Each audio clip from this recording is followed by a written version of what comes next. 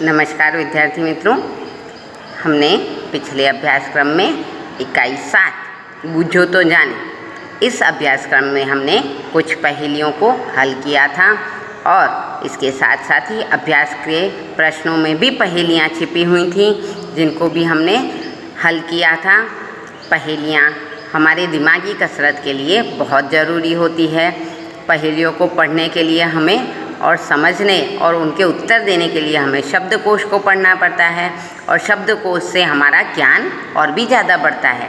इसलिए पहेलियाँ हमारे बौद्धिक विकास के लिए बहुत ज़रूरी होती हैं। तो यहाँ पर आज हम फिर से एक वर्ग पहेली पढ़ रहे हैं।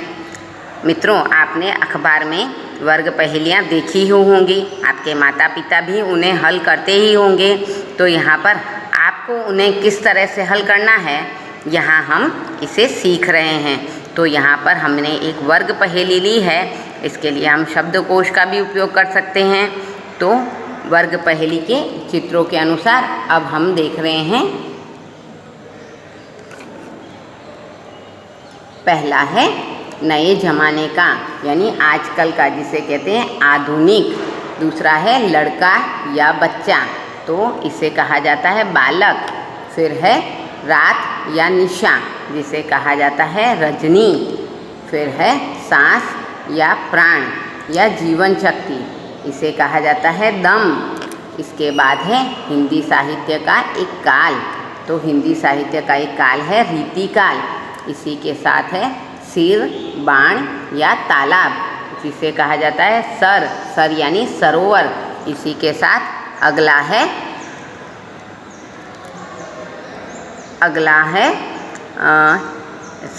गाने के साथ बजाया जाने वाला यानी कि साज।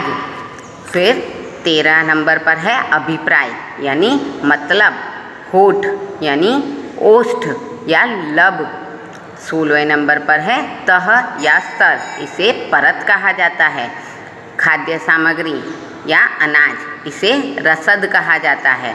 और 19वें नंबर पर है यश की गाथा या कथा, तो इसे यशोगान कहा जाता है। इसी तरह अब हम ऊपर से नीचे की पहेली को समझेंगे। उल्लास, खुशी, हर्ष, तो इसे कहा जाता है आनंद। दूसरा है हाथ, तो हाथ को कहा जाता है कर। तीसरा है वचन या संस्थापक, तो वचन या संस्थापक यानी वाणी। फिर परमेश्वर यानी करतार। तो इस प्रकार हमने 6 नंबर पर है अपमान या बेइज्जती, तो वह है जलालत। 8वां नंबर है रोगी या बीमार, तो इसे कहते हैं मरीज। 10वां नंबर है आलसी और निकम्मा, तो उसे कहते हैं कामचोर। 11वां नंबर है बलवान या ताकतवर, तो इसे कहते हैं सबल। 12वां नंबर है प्रत्यक्ष भेंट या मुलाकात, तो इसे कहा जाता है साक्षात्कार। 15वां नंबर है शरीर या देह, तो इसे कहा जाता है बदन। और 16वां नंबर है ओहदा, दर्जा या पांव, तो इसे कहा जाता है पद।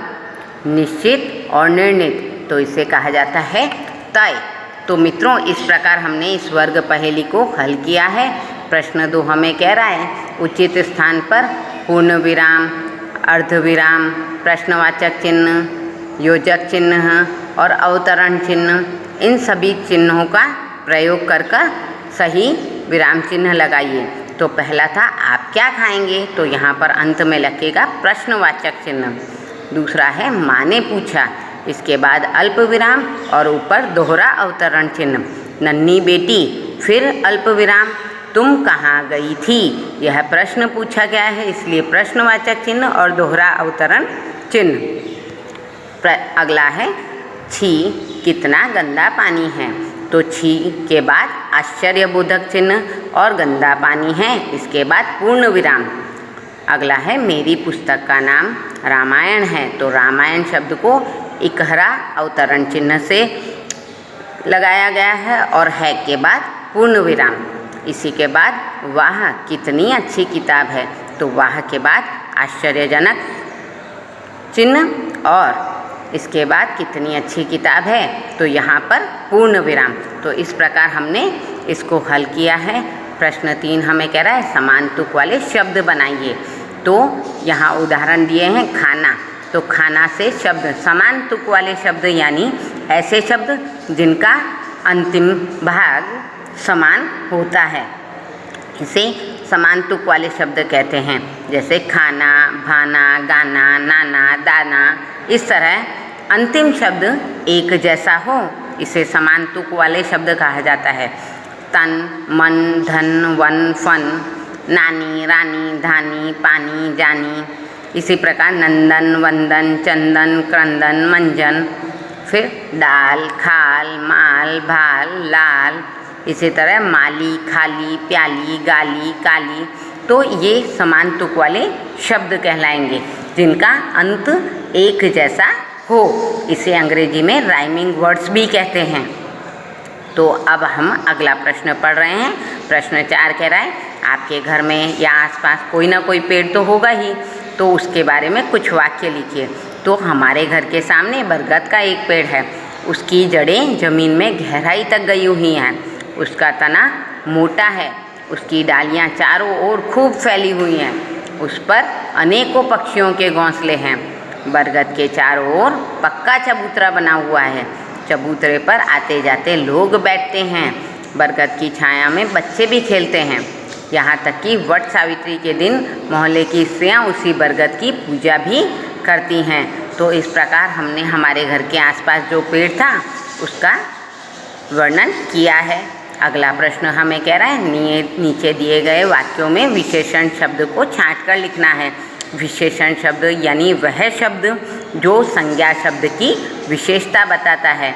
तो यहाँ पर उदाहरण के अनुसार शिल्पा भोली भाली लड़की है, तो लड़की की विशेषता क्या है कि वह भोली भाली है, तो यहाँ विशेषण शब्द हुआ भोली भाली।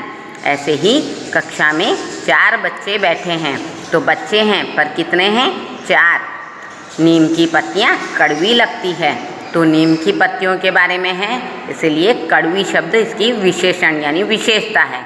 यह किताब मेरा भाई लाया है, तो ये विशेषण है। गिलास में थोड़ा सा शरबत डाला है, तो यहाँ थोड़ा सा ये इसका विशेषण है। हमारी पाठशाला में बड़ा बगीचा है, तो बड़ा शब्द इसका विशेषण है। बाजार में पके केले मिलते हैं, तो यहाँ पके शब्द इसका विशेषण है। तो इस प्रकार हमने इसको हल किया है। यहाँ अगला प्रश्न हमें कह रहा है इस चित्र में रंग भरिए और चित्र के बारे में कुछ विचार भी व्यक्त कीजिए। तो मित्रों, चित्र में रंग आप अपनी अनुकूलता के अनुसार भर सकते हैं। यहाँ पर चित्र के बारे में क्या विचार हैं, तो देखिए इस चित्र का वर्णन हम कर रहे हैं कि इस चित्र में एक किसान ट्रैक्टर में फसल की बोरियां भर कर ले जा रहा है। इन बोरियों में उसके खेत में जो फसल पैदा हुई है वह उसने भरी हुई है। खेत के पास में आपको एक पक्का कुआं नज़र आ रहा है, उसी के पास एक छोटा सा किसान का घर भी नज़र आ रहा है। ये चित्र बता रहा है कि हमारे राज्य में कृषि उद्योग का बहुत ज़्यादा विकास हुआ है कि देखिए किसान के पास खुद का कुआं भी है, खुद का ट्रैक्टर भी है, यानी और खुद का उसने खेत के पास एक घर भी बना रखा है, यानी किसान आधुनिक सुख सुविधाओं से सज्ज है। तो इस तरह यह बता रहा है कि हमारे राज्य में कृषि उद्योग का अच्छा विकास हुआ है, किसान सुखी और समृद्ध है। अब यहाँ पर कुछ शब्द दिए गए हैं जिन्हें हमें शब्दकोश के क्रम में लिखना है। तो शब्द हैं पेड़, चिड़िया, कांटा, नदी, पानी, पक्का, पतला और पूजन। अब इन शब्दों को हम शब्दकोश के क्रम के अनुसार लगाएंगे। तो पहला शब्द है कांटा, फिर चिड़िया, नदी, पक्का, पतला, पानी, पूजन, पेड़। तो मित्रों, आज हमने वर्ग पहेली, इसके अलावा अभ्यास पहेलियाँ, इन सभी को हल किया, पढ़ा और समझा।